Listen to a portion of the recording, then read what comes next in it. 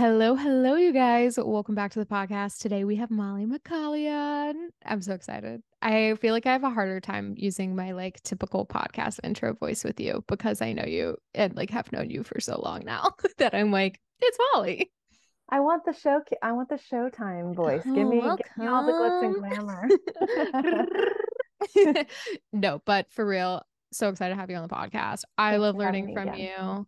you. I love working with you. I think one of my favorite things about us is that we have like very similar things in common in the way that we work, but also we have like such different styles, such different ways of executing things. So I feel like I learn so much from you always. I feel like because I'm so much older than you, it's like a big sister, little sister situation where I'm just like, oh, I'm going to tell you about this, which is like old and crotchety, and you're going to be like the young person who knows what to do and tells me what to do on like I technical things. I literally forget that you're older than me for real. Like in my head, you're Girlfriend, like early 30s. So in my head, you're I like love you. always only a couple years older than me. And then you remind me how old you are. And I'm like, there's no way. Not that you're old. But I'm just like, no, you're only a couple years older than me. That's weird. What? Areas are creasing. That's not, it's, I'm that old. Oh my gosh. But I don't No, act my age, so that works in my it favor. helps.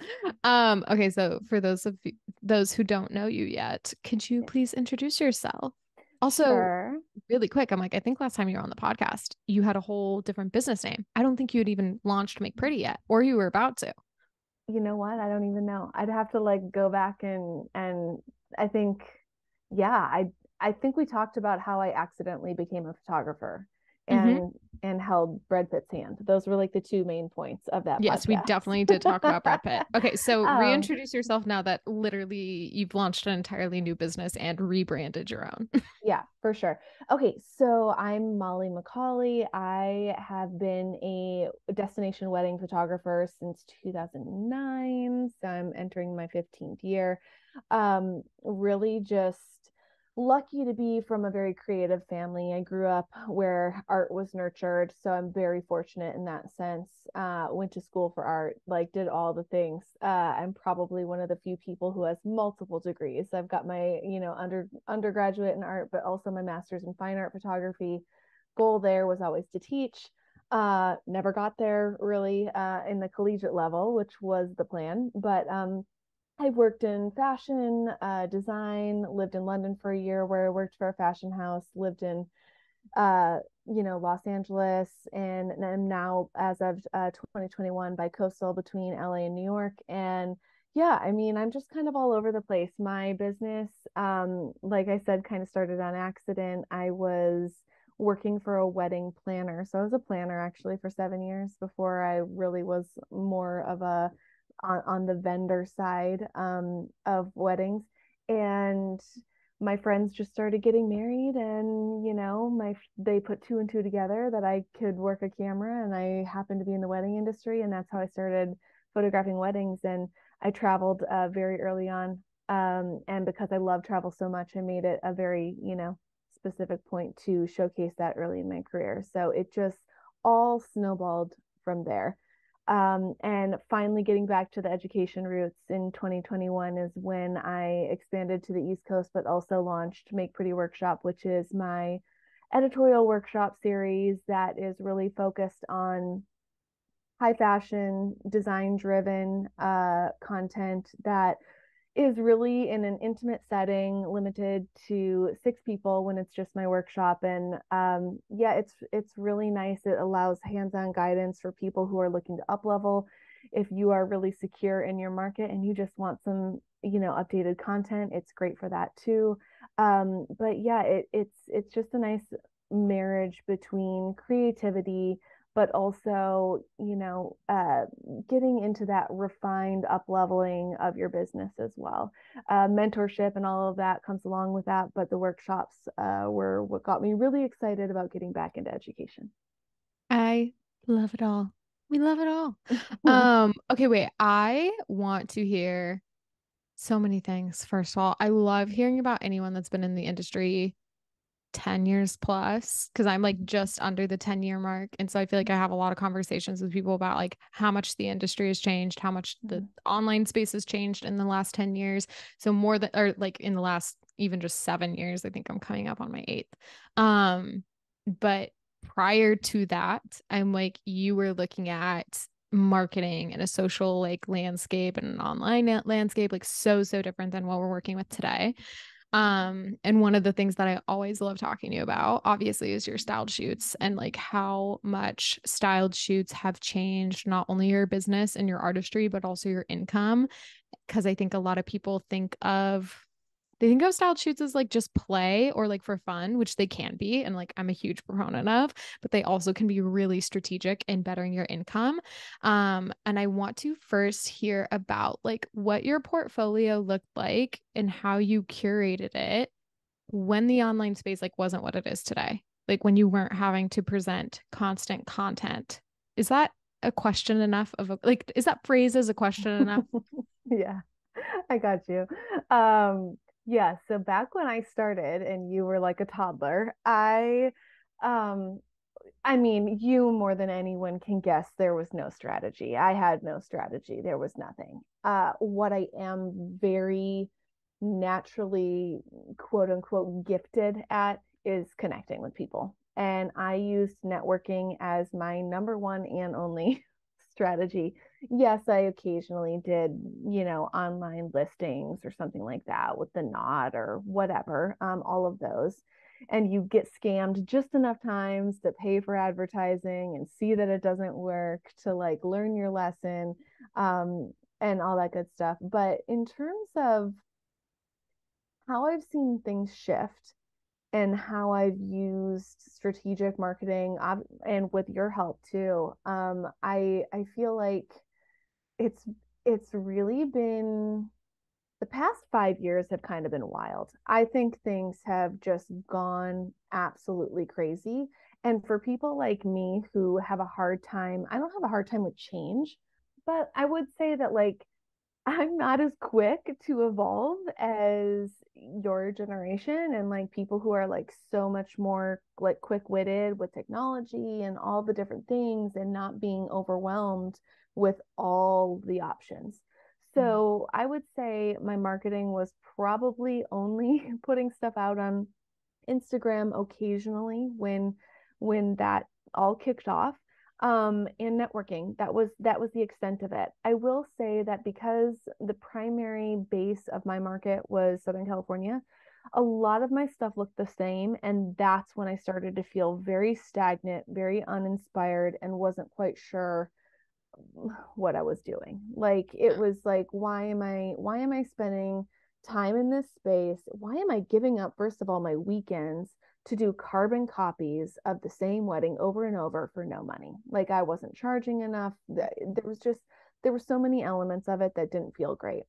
So for me, the creative side, I would say I haven't been to a lot of styled shoots, but I do, when I had the opportunity, I would go to shootouts, or I'd go like observe, or I'd be a part of a team that was producing something. And I always found that the creativity when the pressure was off from a client was so much more fun, lighthearted. Everyone got a chance to, like you said, play a little bit more, but that's the opportunity to also to learn. And I learned a lot, on the hands-on side of like producing things and witnessing how other people put things together, and learning what to do, what not to do, and like what I liked. And Make Pretty actually started out of, I mean, quite frankly, I was sick of the weddings I was shooting, and I was about to wrap it up. I was real quick. I was applying to universities to teach. I had all different plans, and then I just kind of was like, well, no, like there's a space for everyone, and someone just has to show up differently. And the thing that I found in most styled shoots or editorials or workshops was they all kind of look the same. And it's not that they weren't beautiful. It's not that it wasn't high end or luxury or any of that. They have all the details. But it just wasn't a setting in which I thought I would thrive. do I know that I'm always going to get what I need? Yes. But I don't like elbowing people. I don't like shooting under armpits and No. over shoulders. So for me, it's like I wanted to have a much more open learning space for myself, but also just the creative space. And so Make Pretty was really born out of filling that gap aesthetically. I don't fall into the romantic side of wedding photography in a sense of fairy tales in castles and all this stuff. Is it cool? Yes. But is that my demographic and what I'm interested in? No. So for me, I wanted to put together things that were aesthetically more in tune with my artistic voice, my point of view, how I wanted to show up, the people I wanted to attract. So end of 2019, beginning of 2020, in the perfect timing right before Hmm. COVID, I put together 3 editorials for myself. I was very strategic. They were very expensive, and I said this was going to be my effort in making a shift in my business. And if it didn't work, that was cool. I have a plan. I always have a plan. But I wanted to give it one last shot and see if it was something that I could do and have it be the best of all the worlds, right? Like Yeah. minimalistic design, but that was still what I love this term now, quiet luxury. That's what I like to think of when it comes to like the designs that I push it Make Pretty, is because it's not necessarily maximalism or like very lush over the top design. It really is intentional. And that doesn't mean that it needs to be a million different flowers. It just can be textures and fashion and things incorporated in unique ways. So for me, it was really important to create that content that was higher level, would shift who I was attracting and the type of aesthetic that my business was putting out there. So that's when I rebranded Yeah. Oh my gosh. visually. And then my name, I actually finally changed this at the beginning of this year. So Yeah, I know. It was one of those things that when you changed it to Molly McCauley, I was like, oh, I forgot that that wasn't it the whole time. Like it just was such a natural yeah. rebrand. Like it was just so you, so it made so much sense. Okay, so many questions. One, to start, when you were wanting to see this shift in your business, which I think like a great thing to draw attention to and know is I love that you were like, I just felt like I was shooting the same thing over and over again, which I think a lot of people get to, like that point of stagnancy. Like you set this goal on what you want to shoot and then you finally reach it. And then it's really easy to just get stuck there and like And I it was can get so a little bored. repetitive. I was Yeah. so bored. But and there is a space and there are photographers and there are wedding vendors who, if you find your sweet spot and that is just your cash cow and that's what you need because you have a family or because you have another job that you equally love or whatever, great. But for me, it was just so unfulfilling. And it Yeah. doesn't mean that those weddings weren't beautiful. It just meant I had evolved. So, how did you put together, like, when it comes to putting together these style shoots that, like, not only shifted the trajectory of your wedding career, like wedding photography career, but also then led to Make Pretty, obviously. But Mhm. um, how did you, what was kind of like your strategy when it came to prioritizing your own artistic voice, needs, wants, whatever you want to call it, in terms of what you wanted to see represented in these shoots, while also being strategic about like what the clientele was that you were wanting to move into and what they were needing to see. Like, how did you kind of like conduct that research, meld that gap, like make sure that like both of those things were being served? Yeah, so number one, I think producing your own styled shoots or editorials is not for everyone. And I don't say this, I say that because I don't want the way that I talk about it to come across as very lackadaisy. I just happen to like, I've always loved hosting parties. I love coordinating things. I'm just a type A psycho, which you know. So you know the inside track to my brain, but like I love that part of it. I love entertaining. I love all of that. So for me, this was fun. All those details, that was very fun to orchestrate. It's a lot of work, but it was a lot of fun. So for me, I made kind of non-negotiable lists of the level of content that I wanted, what needed to be included. Obviously, I'm like trying to be budget conscious. So the budget's always in the back of my mind, but to me, it was worthwhile to spend more than I had wanted or to spend more knowing I'd get it back on a long run because this is an investment, right? So I had these non-negotiables of what needed to be included. Within that was just stuff that I've learned over, 14, 15 years of the industry, because even before I started shooting weddings, I was working in weddings on the planning side. So it's like I saw what went in to producing luxury events. And, there's just these key elements, the details, certain elements of a wedding day that can really make it feel elevated. So I really focused on that. I made sure I partnered with collaborative partners that were of the same mindset and headspace as me, really wanting to push the envelope, not create something that had already been seen. So really just being a little more experimental so that that work was a little bit more leveraged for us, that it wasn't feeling like the masses. So that was really important. And then because I've always worked in destination and because I want to attract more destination clients, my focus was creating enough content from the editorials that made it seem like multi-day events. That is a huge part of making sure you have a well-rounded storyline and how you can make this body of work come across as a legitimate piece of work. Not that we're trying to fool anyone, but actually that there was effort put in, that, oh, this could have been a welcome party. This was the engagement session. This is the wedding. This is the after party. This is the honeymoon session. And on flat lays, it's not just shoes. It's not just paper goods. It's a welcome bag so that they see whatever their location is. If it's Italy, there's a bunch of citrus coming out and limoncello and like all this stuff, right? So being very strategic about the type of venues that I shot in, even though all of them were in California. They were very easy to target other destinations based on the type of venue it was and the type of content that I produced. So I know that was long-winded, and I feel like I answered like the first part of the question, and now I forgot what the second part was. No, it was still crazy helpful. No, I think you answered the question, because the question was just like, how did you kind of combine what you wanted and what you wanted to shoot and like see That was represented it. in your own work, while also making sure like, how can I be strategic enough that this does something for my portfolio Yeah. and like essentially has an ROI? But also you had mentioned attracts the couple, like how much of this was for me and how much of it was for my future clients. Mm-hmm. And the big part there was focusing on multi-day events. I wanted to attract that type of client, really focus on intricate and interesting design. Mm-hmm. So that doesn't need to be, again, over the top. It just needs to be something other people haven't seen. So Yeah. just original works of art, essentially.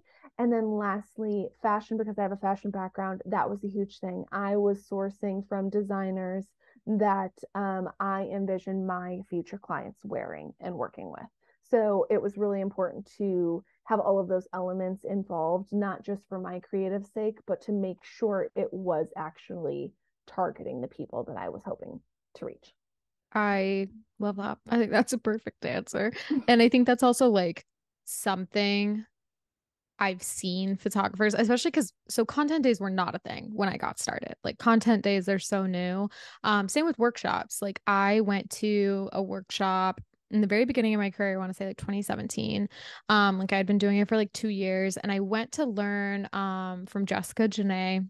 She still does photography, but like mostly on the side now. But I went more with the intention of like learning her artistic process and like what she was like as a photographer. And so she had incredible styled shoots. Like they were so amazing. But I was a wedding photographer and they were like crazy editorials. So like it wasn't really, I don't think I ever even, I think I maybe posted a It photo didn't or two. align really. Yeah. Yeah. And like that was okay. That wasn't what I went for. But this concept of going to education based or like content based things, retreats, workshops, whichever one, wasn't really a thing when I first started. And so now, as I've coached people looking into them or wanting to go to them to expand their portfolio, it's been really interesting to see the juxtaposition of styled shoots of like, oh, this is so clearly to book a certain kind of audience versus like, this is a pretty shoot. Like, it's just pretty.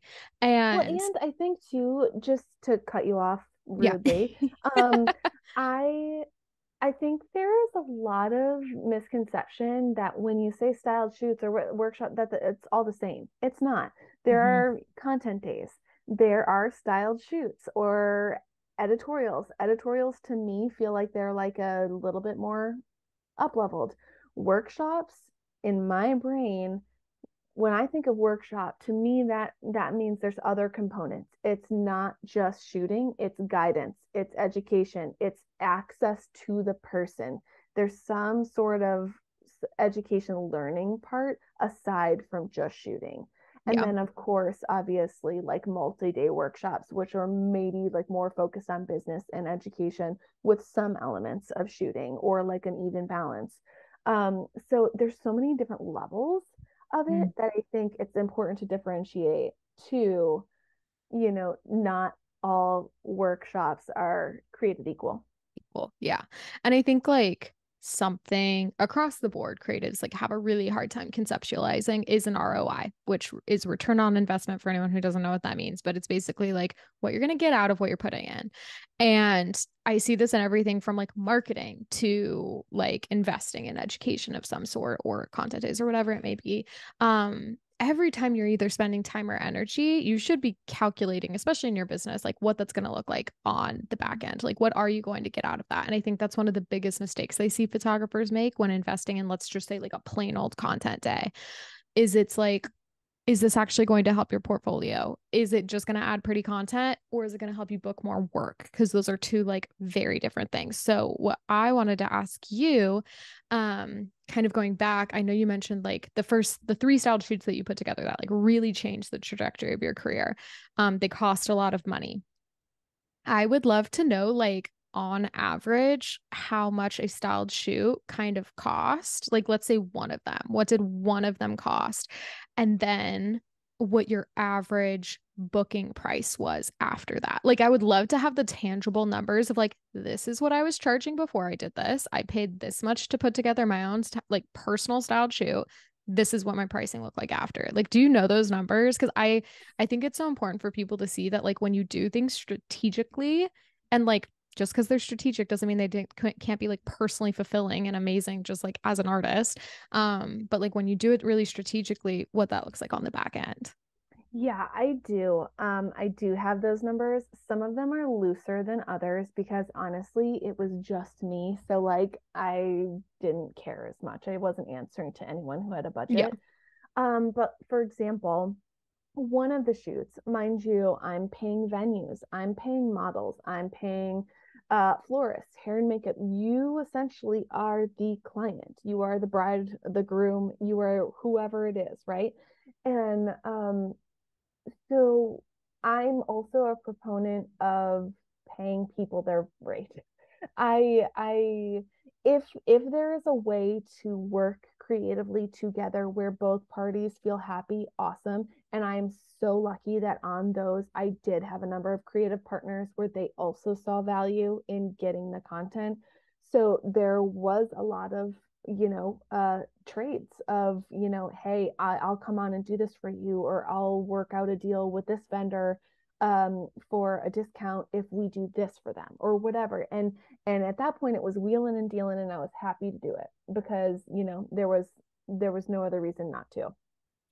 I would say on the very very low end, one of my shoots costs approximately 7 to 8K on the low end, and that's with trades. That's with people doing favors. It's my That's brain with just like, I know. Well, to me, and now that I produce this stuff on a larger scale, like that to me is I was like, oh, that's a great rate.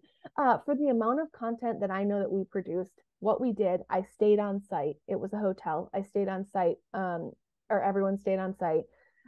It was, models rates, it was food, it was all the things. That one also, I brought on a BTS videographer so that I could have very curated branded content with this new stuff. Or the new, not new stuff, new, new aesthetic that my current clients weren't used to seeing. So I wanted to make sure it was hitting every, every touch point. So yeah, I will say on a more bare bones one, we could probably do it maybe 3 to 5K, but that's like you're it, Yeah. you get what you pay for essentially. And I really wanted to build these out. So I would say that I was at that time charging, I was in a sweet spot at 56.50 as my average Okay. wedding collection. I would occasionally book like a 7,200 or something like that on a one off every so often. But I had 3 or 4 years at that price point, just not very happy about it because I also know myself and I knew that if I did volume, if I did 40 weddings a year, that I wouldn't have been able to survive as long as I have. So for me, I was never volume and I needed to figure out a way to make more money in order to make it sustainable. Yep. And not have side gigs or like to actually go full time.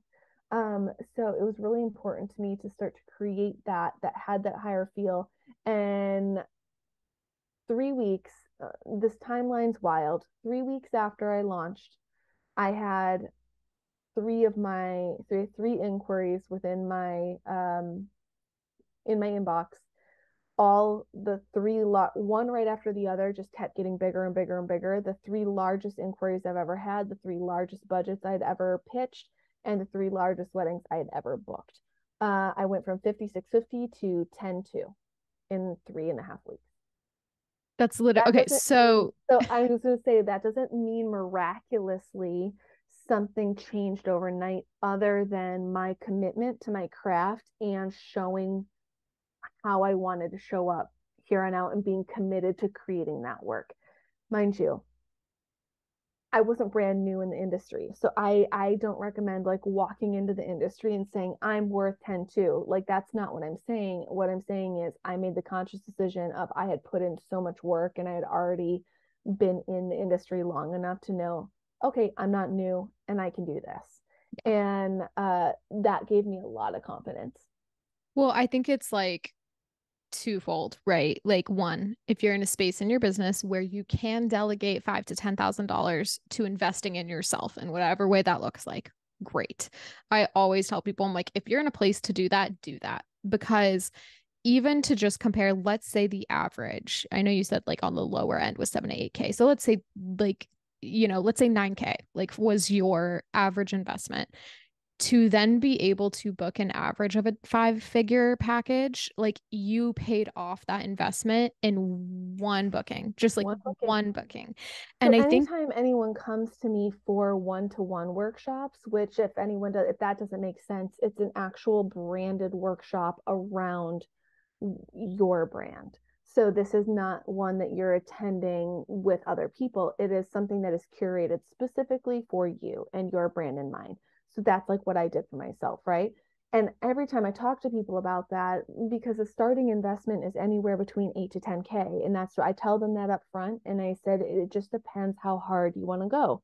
How I will work as many deals as I can, but it also is like, how big do you want this to be? So it's like if we do 8K or 10K, you could yield different results, and that could be alone, a $5,000 difference. yeah, So yeah, it's just important to know that, and what you had said, it pays for itself in one booking if you do it. if you do it And right. Yeah. if you do it right, Yeah. And I that's think the that's thing. like one of the things. I mean, I went on a rant, I'm sure you saw on Instagram the other day, that's like some education is so good and some education is so bad right now. And I think like one of the best ways before you even start looking at things to invest in, to ask yourself is like, how much do I want to increase my income by investing in myself? And then what would make that a proper ROI? Because it's like, if I want to start, or let's say right now I earn 50K and I want to earn 100K, It's like, okay, I'm looking to double my prices. So like, what am I willing to pay to double my prices? Right. For you, you know, that literally was a doubling of your pricing. Or I was just talking to a girl in Becoming, one of my girls, and she was like, you were the most money I'd ever spent. She booked Becoming when it was around like $10,000. And she was like, it was absurd to me. Like I just like could barely wrap my head around that number. Yeah. But then I was able to book a 9K package when her packages, like when she started with me, I think they were at like 2 or 3.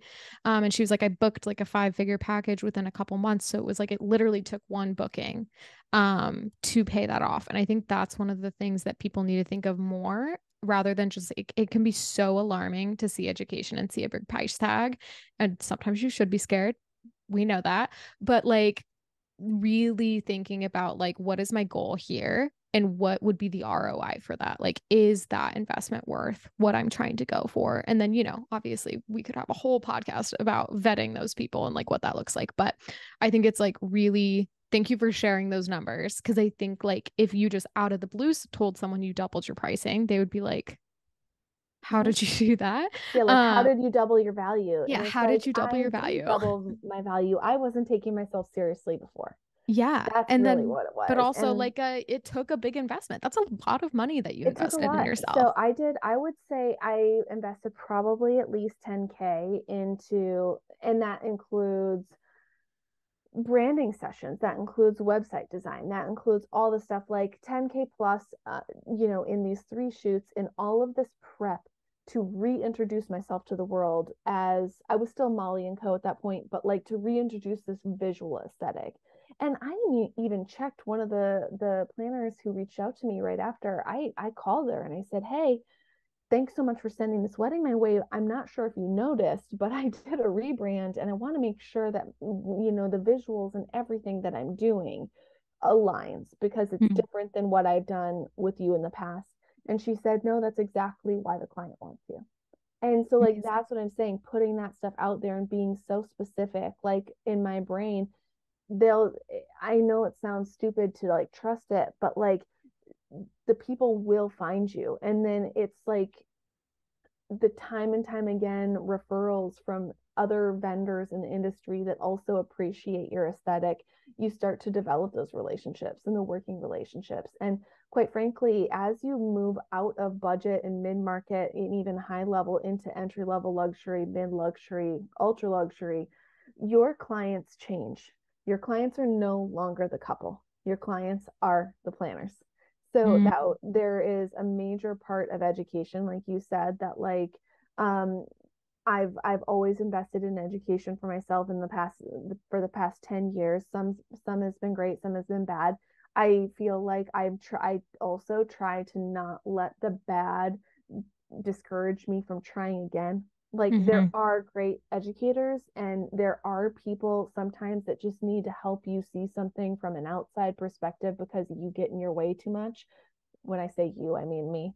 Um, so like outsourcing, getting all the help, getting an outside perspective, marketing, any of the things, like you said, if you can just invest in you know in that ROI. Like I knew that working with your agency and your team, that the stuff that I had been dreading or putting off and or slash just not doing at all would eventually create consistency, which would create brand credibility, which would create a consistent voice, which then would, allow a more organic growth and referral system from people because they know what to expect. So like some of this is short game, some of it's long game, and you have to think about that. Is not everything is immediate. You're not going to be able to double your prices overnight and expect, everything to be completely peachy. You have to refine and you have to qualify why you are charging that.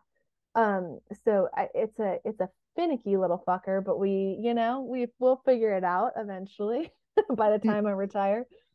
Well, I think it's important to note that like every time you hit a goal, you set a new one. Like, or every time you're even nearing the goal, you're gonna set a new one. And so like this expectation that one day you're going to have it all figured out is just like, it's unrealistic. It's a fact. It's not happening. It's not a thing. And it's just more like, how can I improve? How can I be better? How can I earn more money? How can I serve my clients better? How can I be more fulfilled in my craft? And just focusing on this concept of like, how do I improve rather than like, how do I hit this ultimate peak first place prize? Because that's just not a thing. Like, I remember someone came to me the other day and they were like, so when do you get to this point that you like stop second guessing things or like you feel like totally secure? And I was like, I don't know what you're talking about. I've never met someone that feels that way. Like, even like the most like ballsy entrepreneurs, all they still talk about having doubt. They're just brave enough to take the chance and risk failure. Most of us are afraid to fail because, you know, either we're too early in and we think that that then defines us. We don't have the money to invest to, because like if that fails, then that is, I have no more money to invest in the year and in making my, you know, there's so many other things. So it's like it doesn't go away, it just changes. Like it you know, it evolves like anything else. And I think what I appreciate about what you do, and honestly, even just like Gen Z and like the whole thing, like you guys really value your time, you value happiness and, you know, balance, where I'm my people don't do that. We just suffer. So it's, you know, it's one of those things where I've almost been very strategic on ROI to create a life similar to what you are already living, you know, way younger than I am. Like if I could be living that life and that mindset so much sooner, how freeing that would be. And I think right now is the way that I'm setting up my work and my businesses to allow me the time to do that. And I travel a lot already, but I would love to be able to just be and not have to think about anything else. And as entrepreneurs, I mean, you know, like even when we're on vacation, it's hard to turn your brain off. But I really try to like have that balance, and that's been a very like strategic, and it requires effort to do. It's not easy. Yeah, I think like thinking of your ROI like that too. Like, how can I earn more money? But ultimately, like, how can I also have more time? Like, how can I earn more money so I have more time? Like, I think that's something really important to know is that, like, you know, we can use the vanity metric of six figures that like everyone wants to hit. And it's like, do you want to earn six figures in a nice way or do you want to earn six figures in a grueling way? Because you can do either. Exactly. And so you've got to kind of define like, what does ROI mean to me? What does success mean to me? How much money do I want to earn, but at what cost? And so I think that's something, you know, that's like so good to hear that like one, the money that you do invest in yourself when you're strategic about it can serve you in a really big financial sense, but also like it allowed you to take more time off. It allowed you, I mean, if you're earning double your income, that means you can take half as many weddings and still earn the same money, which is crazy. Right. And so I think that's really beautiful. If you, to wrap it all up, to conclude of sorts, Yes. if you were talking to a photographer that's either like stuck in like the pricing trap of like, I always think of like $3,000 to $6,000 as kind of like No, that's that the dead zone. the dead zone, and people have such a hard time getting out of it. Let's say you're in that dead zone and you're like wanting to up level, maybe let's say in your niche specifically to a luxury market. Like you're like, that is what I want to break into. And obviously that can look a lot like a lot of different things, but like into a luxury market, do you find that there's a common like couple of mistakes people make slash common solutions that you can recommend to people in order to start breaking out of that dead zone? Well, I think actually the most important thing is investing in your mindset, because once we started doing mindset work, in my, from me, it was really important to understand that when I look at numbers or when I look at certain things, like for me, numbers were always like really intimidating. So like I didn't like thinking about things in terms of like six figures or whatever. And it's funny because once you earn six figures, you actually look back and you're like, wait, well, that wasn't really that hard. It wasn't as hard as I thought it was going to be. And I don't say that from like a icky place. I say it from a we make it harder on ourselves and get in our own way. So for me, number one priority would be mindset work. And I think that involves a coach. I think that's really hard to do DIY. No matter how many books you read, all the things you can quote, Brene Brown to me all day long, but I really think you need to have someone holding you accountable. Mm-hmm. And not just like a quickie, like a little bit of an investment there. So, number one, mindset work. Number two would be to create a plan so that when you are ready to make that shift and make that jump, let's say you're jumping from 3,000 to 6,000, that's a big jump, right? So, make a plan so that, when you want to make that jump, let's say it's the beginning of the year, you want, and by the fall, by the lead into engagement season, if we will, you want to be to 6K. So those first 7, 8 months, you need to start a savings plan of money so that you will not freak out once you raise your prices and nobody books you. Mm-hmm. And that you're not immediately going back to getting 3 no's and slashing and giving discounts. No, like you have to have a strategy of like, hey, I can weather this for a while without panicking. Mm-hmm. So I think that's a big part. And then I think the other element of this, if we're just going to go with the big three here, is focusing on creativity for self. Because I think that every couple usually wants the same thing, or they say some iteration of the same thing. I want timeless. I want candid. They don't Mm-hmm. even know what candid is. They don't know what it requires to get candid.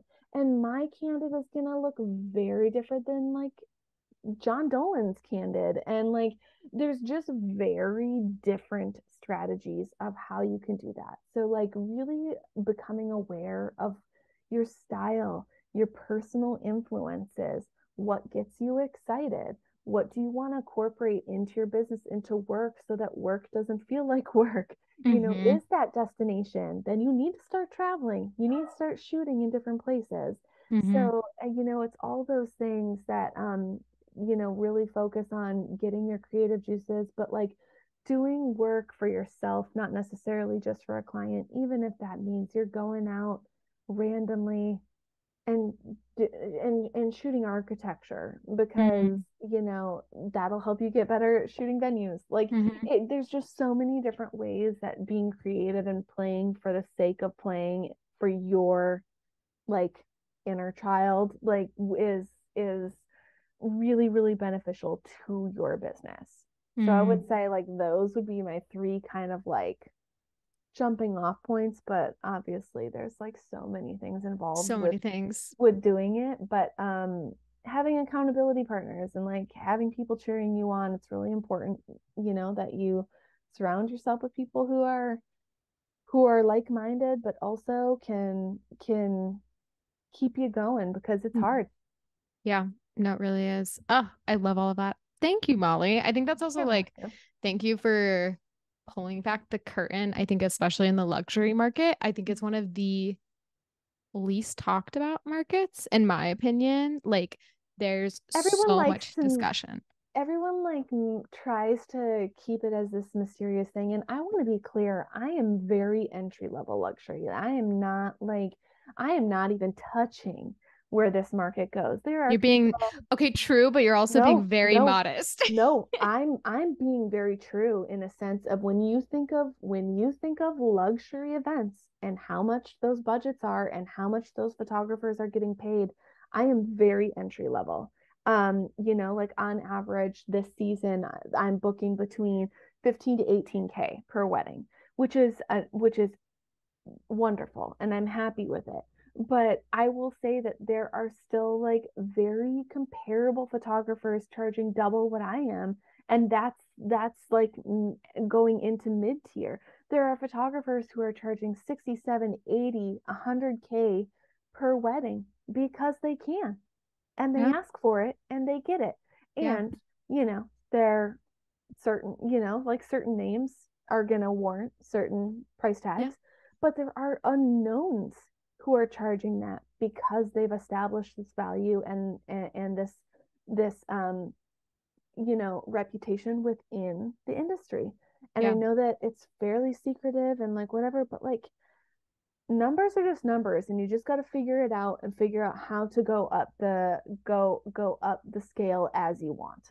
Yeah, no, I think that's such a key part is like as you want, because I think so many people like to be like, oh, that's literally too much money. And it's like, well, it's too much money for some people, correct. But like I want the money, but I want the money, but I like everyone's like, oh, like I aspire to be Jose Villa or Katie Mary or whatever, like any of these like quote unquote fine art wedding photographers. They all do amazing work. They're all beautiful. I don't want to be them. I want the money, but I don't want to have the pressure of being a top photographer in the industry. That is a lot of work. Yeah. It's a lot of work. It's a lot of work. And it's also like a photo shoot. Yeah, like when I see the celebrity weddings, I'm like, yeah, I'd love the paycheck, but I don't need the name. I really don't. Mm-mm. Well, and I think also it's like important to remember, right? Like I was having a conversation with someone the other day, like when you would have $100 when you were 18 and how that was just like unlimited money. Like that was so crazy. I could get like you so would, much for that. I could get oh so no, much literally money for $100. you'd be like, oh my gosh, so I can stuff. like literally do so much stuff. I like don't have to think about money for weeks, blah, blah, blah. $100 is like $2 to me at this point. That doesn't even pay for my groceries living in Manhattan, like, or living in New York. Like it's nothing, right? And that doesn't mean that amount of money changed. Haircut for that, right? No, literally, I'm like, I can't do anything for that. I think I spend that much on lattes. Like, yeah, it's not enough money. But that doesn't mean it's not still a lot of money to an 18-year-old. And like vice versa. It's like it's a lot of money if I was still in rural Wisconsin. Oh yeah, 100%. I'm not splitting my time going back and forth between LA and New York. That $100 is like my tips to the people who are like driving my cab into Manhattan or Midtown, and the door guy at my hotel, and like that's gone like that so fast. And I think like I love what you said about like instead of thinking about the money, just kind of being like, what is this worth to me? What do I want, like genuinely want to earn, and at what cost? Yeah, that's why whenever I'm coaching anybody through my mentorship, as I always just talk about like, what's a good number to you? I don't want to tell you what to charge, because if you don't feel like you're worth that number, you're not going to sell it. No. And that's just straight up how it works. The psychology behind it is like you have to believe you're worth it. So even if you have to fake it for a while, that's fine. Like, we all need a little courage every so often, but you have to come up with the number. I can't give it to you. Mm-hmm. Yeah, no, 100%. Oh, okay. Well, I feel like as always, I can talk to you for a million years about every subject, and we could just branch off 10 million directions. All of our tangents. No, literally ADD kicking in. So many tangents always, and we talk about them for hours. So I need to not wait a year and a half before I have you on the podcast next. But I'm like, that's what the workshop is for. I'm like, we could just literally like I'm like, I feel like each attendee will ask a question and we'll just give them a workshop worth of answers, because we just like, yeah. I'm so excited, but thank you so much, Molly, for coming on the podcast and like sharing all of this. I think it's so helpful to hear like actual numbers. It's so helpful to hear about how to break into markets that like people, like you said, love to keep secret and kind of weird, and like exclusive. And it's just helpful to know like that there's always kind of a next step that we can take. So thank you so much for coming on and sharing all your knowledge. Well, thanks for having me. Thanks. And obviously we'll link everything in the show notes, but can you tell everyone where they can find you on the internet? Yeah, my photography work is mollymccauley.com. And then the workshop series is makeprettyworkshop.com. You can see all of the upcoming workshops. I have mentorship opportunities available. And then I also have just like mentorship coaching that covers a bandwidth of different things, including website audits, gallery curation, all that good stuff. So lots of stuff, and same handles for Instagram. Yay. We love a consistent brand. You can find all of Molly's info, linked in the show notes. We'll link all of that for you guys, and hopefully we will see you in Tulum. Bye.